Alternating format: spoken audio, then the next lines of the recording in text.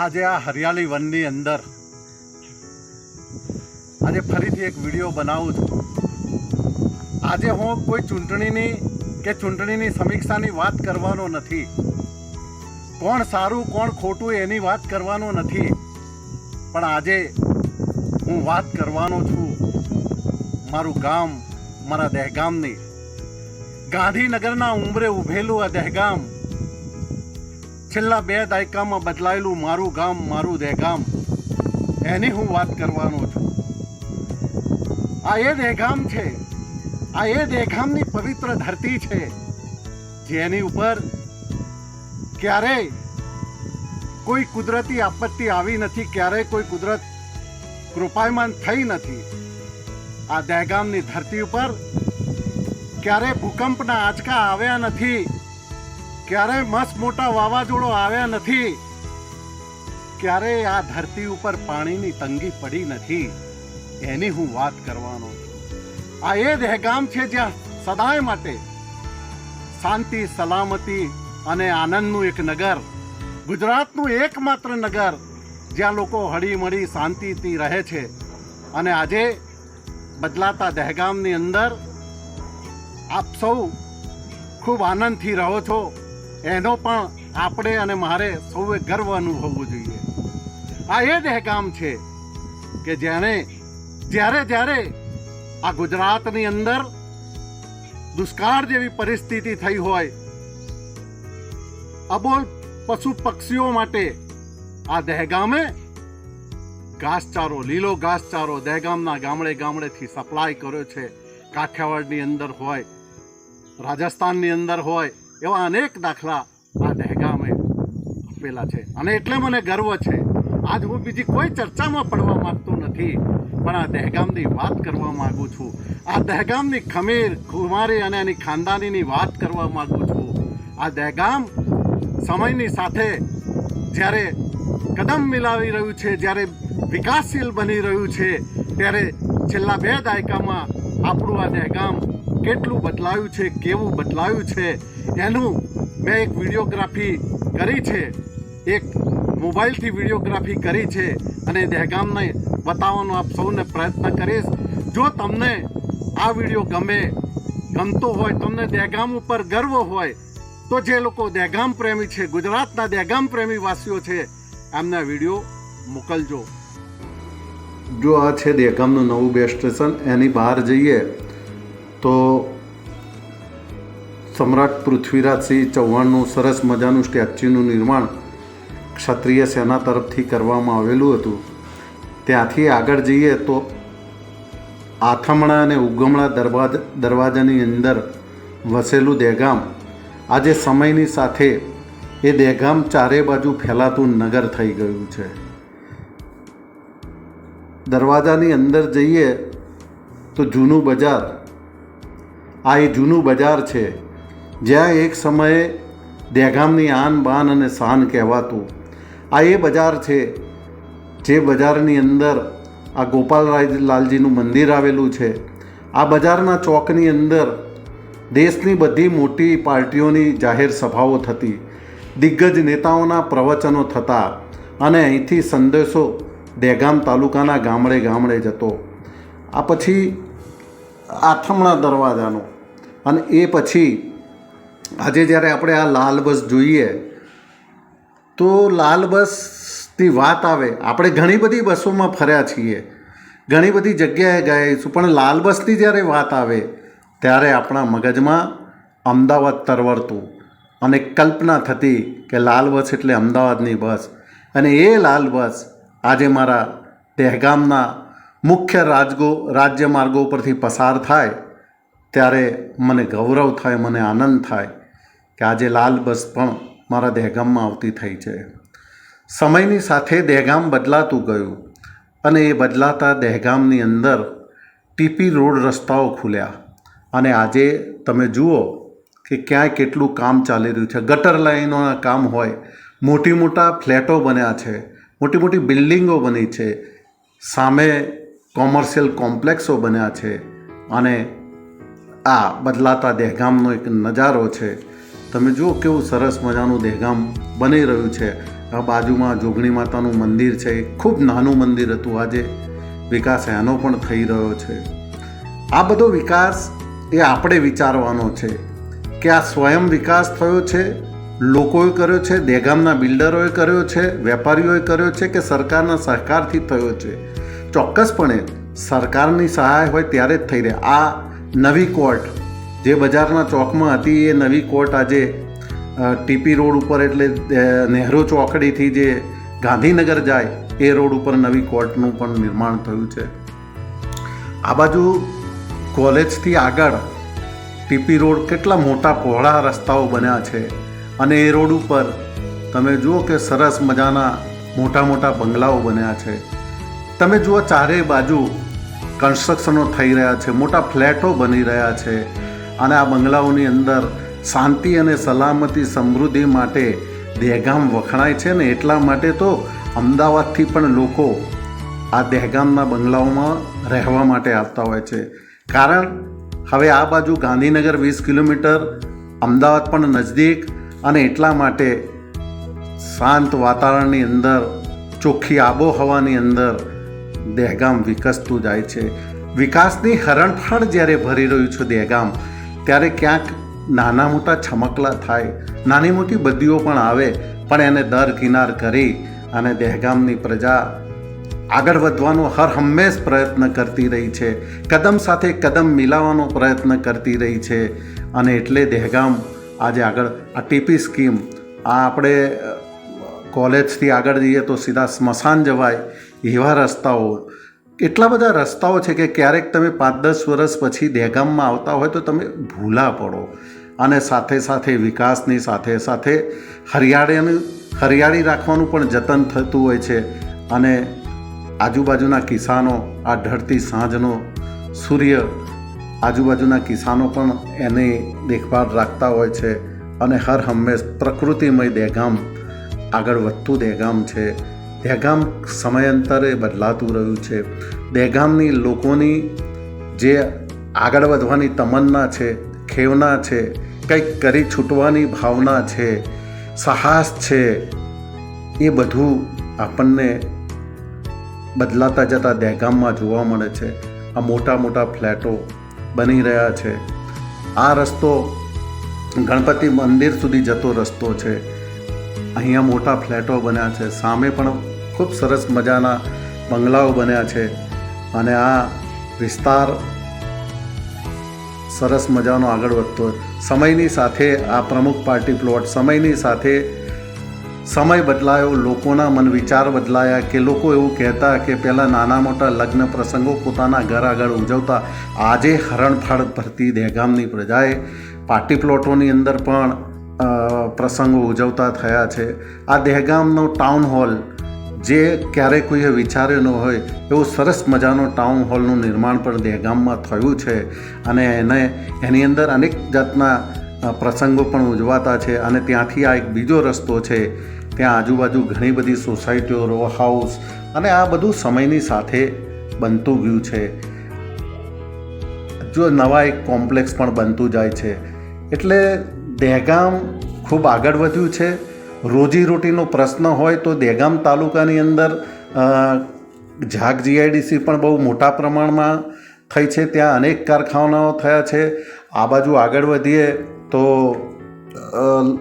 Rakhial road પર પણ ઘણા બધા એ થયા છે.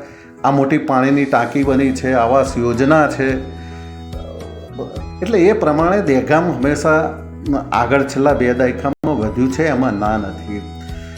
લવાડ જેવી જગ્યાએ આજે રક્ષા યુનિવર્સિટી બહુ મોટું કામ કહેવાય કે જેની દેશની અંદર નોંધ લેવાય છે એવી રક્ષા યુનિવર્સિટી બની છે. ત્યાં પણ અનેક ફેક્ટરીઓ આવી છે. અને આ કોર્ટ બાજુ જવાના રસ્તા છે. ત્યાં કોમર્શિયલ કોમ્પ્લેક્સો, બિલ્ડરોને સરકાર તરફથી કોઈ સહાય મળી હોય, કોઈ અમને ફાયદાકાર સ્કીમો મળી હોય કે ના મળી હોય, બિલ્ડરોએ પોતાના જાતે અથવા તો સ્વખર્ચે આ સાહસ કર્યું હોય એવા અનેક કોમ્પ્લેક્સો પણ બનતા આવ્યા છે, બની રહ્યા છે. અને આજે કોમ્પ્લેક્સોની માંગ પણ એટલી બધી વધી રહી છે. એટલે દહેગામ ખૂબ આગળ વધતું રહ્યું છે. દહેગામનો ઇતિહાસ, આ નહેરુ ચોકડીનો વિસ્તાર જ્યાં સરદાર પટેલ સાહેબનું બાવલું છે ને આજુબાજુ જુઓ તમે તો ટ્રાફિક બી છે એટલો જ, પણ વિકાસ થતો હોય, વિકસતું હોય એટલે ટ્રાફિકને તો રહેવાનું. પણ છેલ્લા 2 દાયકામાં દહેગામે ઘણું બધું પ્રાપ્ત કર્યું છે, ઘણું બધું મેળવ્યું છે. રોજીરોટીનો સવાલ હોય તો એના પણ પ્રશ્નો ક્યાંક હલ થતા હોય. આંખની હોસ્પિટલો બની છે, મોટા મોટા કોમ્પ્લેક્સ બન્યા છે, પેટ્રોલ પંપો કેટલા હતા, CNG પંપો પણ બન્યા છે. એટલે એકંદરે ખૂબ પ્રગતિ કરતું આ દહેગામ છે. અને એમાં હું કોઈને સારું કે ખોટું કે કોણે કેવી રીતે કર્યું, પણ દહેગામ આ આ દહેગામ તાલુકાની આન બાન અને શાન સમાન આ વડલો છે. આ વડલાની નીચે કેટલાય વટેમાર્ગોએ વિસામો લીધો છે. ક્યારેક કેવા મોટા પ્રશ્નોના હલ પણ આ દહેગામના વડલા નીચે થયા છે. અને આજે જ્યાં જાઓ ત્યાં ખાલી દહેગામમાં કઈ જગ્યાએ તો વડ એક દહેગામની ઓળખ બની ગઈ છે. અને એ વડલો આજે દહેગામની અંદર અડીખમ ઊભો છે. એનું પણ મને ગૌરવ છે અને ગર્વ છે કે વિકાસની સાથે વડલાને મારા સલામત રાખ્યો છે. અને આ એ વડલો છે કે જ્યાં વટ સાવિત્રીનું વ્રત આવતું હોય ત્યારે હજારોની તાદાદમાં સ્ત્રીઓ ત્યાં વટ સાવિત્રીના વ્રત માટે આવતી હોય, પૂજા અર્ચન કરવા માટે આવતી હોય. અને એવી બધી આ જગ્યાઓ છે. આ ST ચોક છે, આ મેઇન ગેટ છે દહેગામનો. અને ત્યાંથી આગળ જઈએ તો આ બાજુના પાછલા વિસ્તારમાં વડથી આગળના રસ્તા ઉપર પણ રુશિલ મોલ, જે મોલની કલ્પના નહોતી કરી ઘણા સમય પહેલાં, એ મોલ આજે દહેગામમાં રુશિલ મોલ પણ ધમધોકાર ચાલે છે. એની સામે નાની એમથી એક ડેરી હતી, ખોડિયાર માતાનું મંદિર હતું, ત્યાં રિનોવેશન થયું છે. અને આજે ખોડિયાર માતાનું સરસ મજાની 2 ટાઈમ આરતી થાય છે. લોકો ત્યાં દર્શનાર્થે આવતા હોય છે. એટલે દહેગામ આગળ વધતું ગયું છે. દહેગામમાં સારા એવા રોજગારોની તકો પણ ઊભી થઈ છે. અને વિસ્તરતું જતું દહેગામ એટલે એક આનંદ થાય આપણને દહેગામનો. દહેગામની વાત આખા ગુજરાતમાં નીકળે એટલે આપણે દહેગામવાસી છીએ એટલે આપણને આનંદ થાય કે છેલ્લા 2 દાયકામાં ખરેખર દહેગામે શાંતિની સાથે જે વિસ્તૃત છે, ખૂબ શાંતિની સાથે આ દહેગામ નગરપાલિકા જેનું નવું બિલ્ડિંગ બન્યું છે, આ દહેગામ નગરપાલિકાનો ગેટ છે. એટલે એ ઓડા ગાર્ડનની અંદર આવેલો છું. ઓડા ગાર્ડનનું મેં અહીંયા કંઈ એના ફોટોગ્રાફી કે એવું કંઈ કર્યું છે નહીં, પણ નગરપાલિકાનો આ ગેટ છે.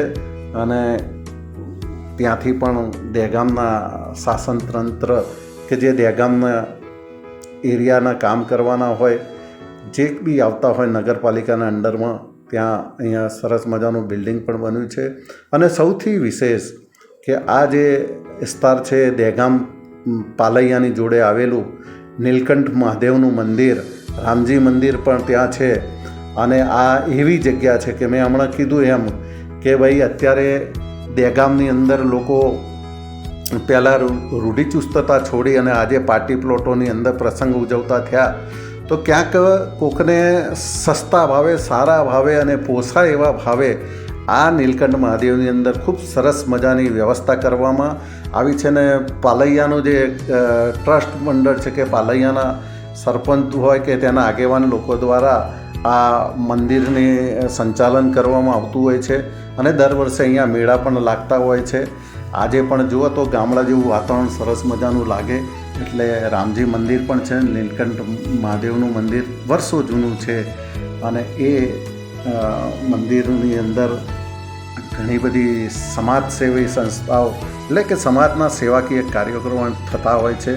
અને ખૂબ નજીવા દરે આ લોકો કાર્યક્રમો કરતા હોય છે. એટલે જગ્યા પણ ત્યાં વિશાળ છે અને એ જગ્યાનો ઉપયોગ દહેગામના નગરજનો કરી રહ્યા છે. એટલે દહેગામ વિકાસશીલ થતું ગયું છે, વિકસતું ગયું છે. અને એ માટે આજે કોઈ સારું કોઈ ખરાબ એની વાત કરવી નથી, પણ સમયાંતરે દહેગામે ખૂબ સારો વિકાસ કર્યો છે, એમાં ના નથી.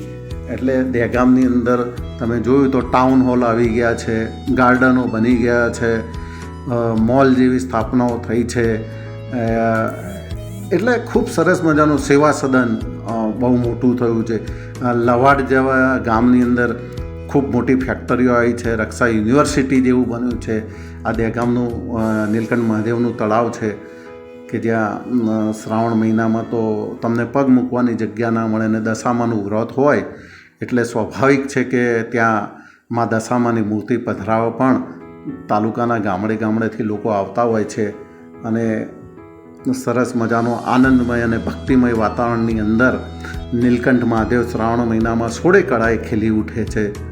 એટલે એવા દહેગામની હું આપ સૌને વાત કરી રહ્યો છું.